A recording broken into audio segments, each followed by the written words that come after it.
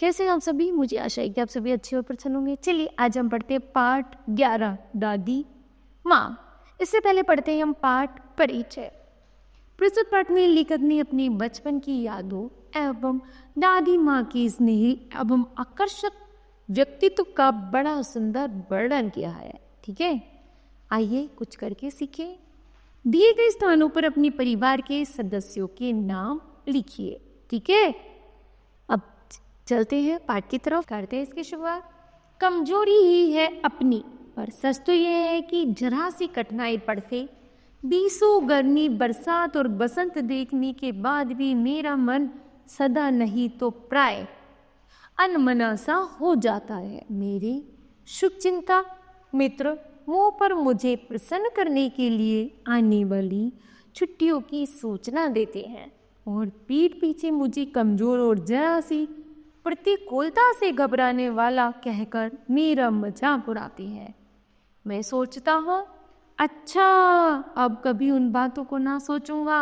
ठीक है, जाने दो, सोचने से होता ही क्या है। पर बस मेरी आंखों के सामने शरद की शीत किरणों के समान सच शीतल किसी की धुंधली छाया नाच उठती है।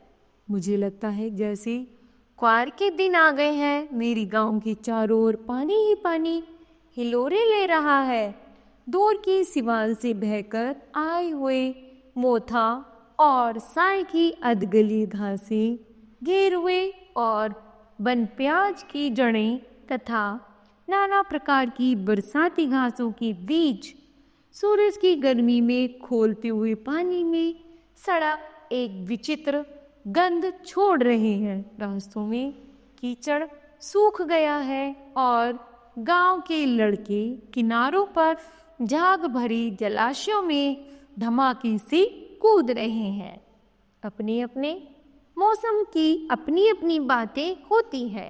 आषाढ़ में आम और जामुन ना मिले चिंता रहे, अघन में चूड़ा और गुड़ ना मिले दुख नहीं, चैत में दिनों में लाई के साथ गुड़ की पट्टी ना मिले अफसोस नहीं, पर क्वार के दिनों में इस गंधपूर्ण झाग भरे जल में कूदना न हो तो बड़ा बुरा मालूम होता है। मैं भीतर हुड़क रहा था, एक दिन ही तो कूद सका था, नहा धोकर बीमार हो गया। हल्की सी बारी न जाने क्यों मुझे अच्छी लगती है। थोड़ा थोड़ा ज्वर हो, सर में साधारण दर्द और खाने के लिए दिन भर नींबू और साबु। लेकिन इस बार ऐसी चीज नहीं थी। ज्वर जो चढ़ा तो चढ़ता ही गया, रजाई पर रजाई और उतरा रात 12 बजे के बाद। दिन में ही मैं चादर लपेटे सोया था। दादी माँ आई, शायद नहाकर आई थी। उसी झाग वाले जल में पतले दुबले स्नेह सनी शरीर पर सफेद किनारीहीन धोती, सन से सफेद बालों के सिरों पर सदैव टपके हुए जल की शीतलता। आते ही उन्होंने सर पेट छुए, आंचल की गांठ खोल किसी अदृश्य शक्तिधारी के चबूतरे की मिट्टी मुंह में डाली, माथे पर लगाई। दिन रात चारपाई के पास बैठी रहते, कभी पंखा झलती, कभी झलते हुए हाथ पैर कपड़े से सहलाती, सर पर दालचीनी का लेप करती और 20 बार छू छू कर ज्वर का अनुमान करते। हांडी में पानी आया कि नहीं, उसे पीपल की छाल से छोका कि नहीं, खिचड़ी में मूंग की दाल एकदम मिल तो गई है, कोई बीमार के घर में सीधे बाहर से आकर तो नहीं चला गया। आदि लाखों प्रश्न पूछ पूछ कर घर वालों को परेशान कर देती। दादी माँ को गवई गांव की 50 किस्म की दवाओं के नाम याद थे। गांव में कोई बीमार होता उसके पास पहुंचती और वहां भी वही काम, हाथ छूना, माथा छूना, पेट छूना, फिर वो से लेकर मलेरिया, सरसाव, निमोनिया तक का अनुमान विश्वास के साथ सुनाते। महामारी और विचूषिका के दिनों में रोज सवेरे उठकर स्नान के बाद लवंग और गुड़ मिश्रित जलधार, गूगल और धूप, सफाई कोई उनसे सीख ले। दवा में देर होती, मिश्री या शहद खत्म हो जाता, चादर या गिलाफ नहीं बदले जाते, तो वो जैसे पागल हो जाती। बुखार तो मुझे अभी भी आता है, नौकर पानी दे जाता है। वैस महाराज अपने मन से पकाकर खिचड़ी या साबू, डॉक्टर साहब आकर नाड़ी देख जाते हैं और कुनैन मिक्सचर से की शीशी की पिटाई के डर से बुखार भाग भी जाता है। पर ना जाने क्यों ऐसा बुखार को बुलाने का ही जी नहीं होता। किशन भैया की शादी ठीक हुई। दादी माँ के उत्साह और आनंद का क्या कहना, दिन भर गायब रहते। सारा घर जैसे उन्होंने सर पर उठा लिया हो। पड़ोसिनें आती, बहुत बुलाने पर दादी माँ आती। बहन बुरा न मानना, कार परोजन का घर ठहरा। एक काम अपने हाथ से ना करूँ तो होने वाला नहीं। जानने कोई वो सभी जानते हैं कि दादी माँ कुछ करती नहीं, पर किसी काम में उनकी अनुपस्थिति वस्तुतः विलंब का कारण बन जाती। उन्हीं दिनों की बात है। एक दिन दोपहर को मैं घर लौटा। बाहरी निकसारनी दादी माँ किसी पर बिगड़ रही थी। देखा पास के कोने में दुबकी रामी की चाची खड़ी है। सोना होगा धल्लो, रुपये मैसूर की आंच दे दे। तेरी आंख में तो शर्म है नहीं, मांगने के समय कैसी आई थी। पैरों पर नाक रगड़ती फिरी, किसी ने एक पाई ना दी। अब लगी है आजकल करने, फसल में दूंगी, फसल में दूंगी। अब क्या तेरी खातिर दूसरी फसल कटेगी? दूंगी मालकिन, रामी की चाची रोती हुई दोनों हाथों से आंचल पकड़ी दादी माँ के पैरों की ओर झुकी। बिटिया की शादी है, आप दया ना करेंगे तो उस बेचारी का निस्तार कैसे होगा? हट हट, अभी नहा के आ रही हो। दादी माँ पीछे हट गए। जाने दो दादी, मैंने इस अप्रिय प्रसंग को हटाने की गरज से कहा। बेचारी गरीब है, ले लेगी कभी। चल चल चल, चला है इसे समझाने। मैं चुपकी से आंगन की ओर चला गया। कई दिन बीत गए, मैं इस प्रसंग को एकदम भूल सा गया। एक दिन नाश्ते में रामी की चाची मिली। वह दादी को पूतो फलो दूधो न हो का आशीर्वाद दे रही थी। मैंने पूछा क्या बात है धन्नो? चाची तो उसने डिहेबल होकर कहा, उरन हो गई बेटा। भगवान भला करे हमारी मालकिन का। कल ही आई की पीछे का सभी रुपया छोड़ दिया, ऊपर से 10 रुपये का नोट देकर बोली, देखना धन्नो, जैसी तेरी बेटी की शादी वैसी मेरी। 10-5 के लिए हंसाई ना हो, देवता है बेटा, देवता। उस रोज को बहुत डांट रही थी। मैंने पूछा, वह तो बड़े लोगों का काम है बाबू, रुपया देकर डांटे बिना तो लाभ क्या?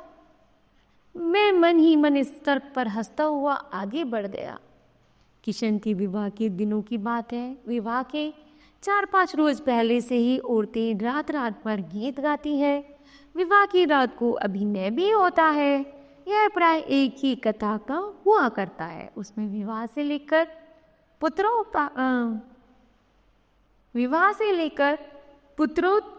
पुत्रोत्पत्ति तक के सभी दृश्य दिखाए जाते हैं। सभी पाठ औरतें ही करती हैं। मैं बीमार होने के कारण रात में ना जा सका। मेरा भाई राघव दलान में सो रहा था। वह भी बारात जाने के बाद पहुंचा था। औरतों ने उस पर आपत्ति।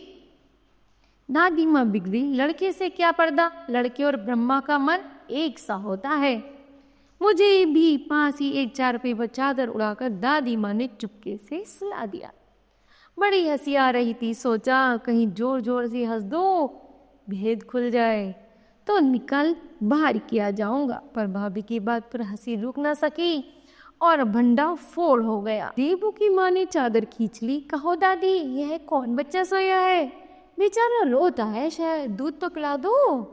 हाथापाई शुरू हुई। दादी माँ बिगड़ी, लड़के से क्यों लगती हो? सुबह रास्ते में देवू की माँ मिली। कल वाला बच्चा भाभी।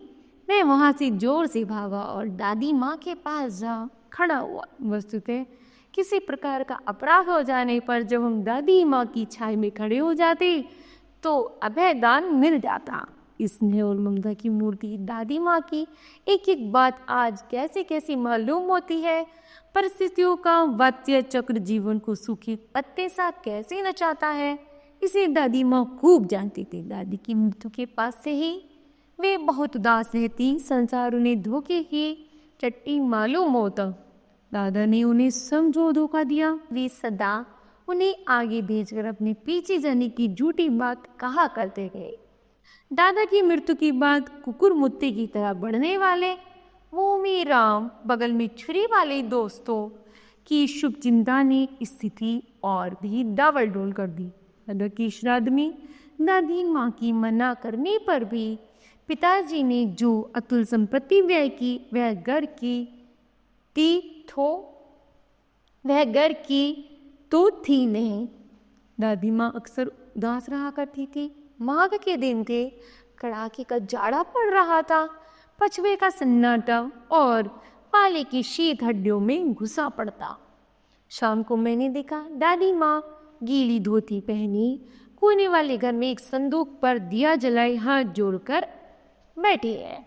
उसकी स्नेह कातर आंखों में मैंने आंसू कभी नहीं देखे थे। मैं बहुत देर तक मन मारे उनके पास बैठा रहा। उन्होंने आंखें खोली।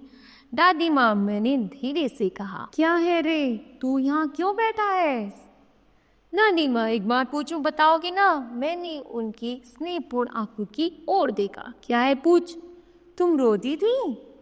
दादी माँ मुस्कुराई। पागल, तूने अभी खाना भी नहीं खाया ना? चल चल चल, धोती तो बदल लो। दादी माँ, मैंने कहा। मुझे सर्दी गर्मी नहीं लगती बेटा। वे मुझे खींचती हुई रसोई में ले गई। सुबह मैंने देखा चारपाई पर बैठे पिताजी और किशन भैया मन मारे कुछ सोच रहे हैं। दूसरा चारा ही क्या है? बाबू बोले, रुपया कोई देता नहीं। कितने के तो अभी पिछले भी बाकी हैं। वे रोने से हो गए। रोता क्यों है रे? दादी माँ ने उनका माथा सहलाते हुए कहा। मैं तो अभी हूँ ही। उन्होंने संदूक खोलकर एक चमकती सी चीज निकाली। तेरे दादा ने कंगन मुझे इसी दिन के लिए पहनाया था। उनका गला भराया। मैंने इसे पहना ने इसे सहेज कर रखती आई हूँ। यह उनकी वंश की निशानी है। उन्हें आंसू पोंछ कर कहा। पुराने लोग आगा पीछा सब सोच लेते थे बेटा। सच में मुझे दादी माँ शाप भ्रष्ट देवी से लगी।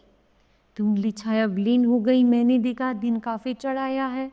पास से लंबे खजूर के पेड़ से उड़कर एक कुआ अपनी घिनौनी काली पांखें फैलाकर मेरी खिड़की पर बैठ गया।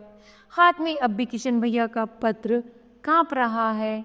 काली चींटियां सी कतारें धूमिल हो रही हैं। आंखों पर विश्वास नहीं होता।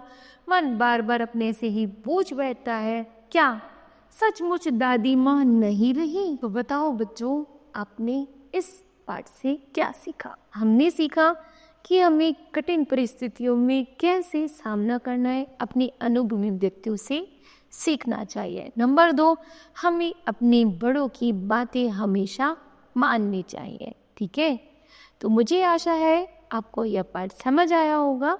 धन्यवाद।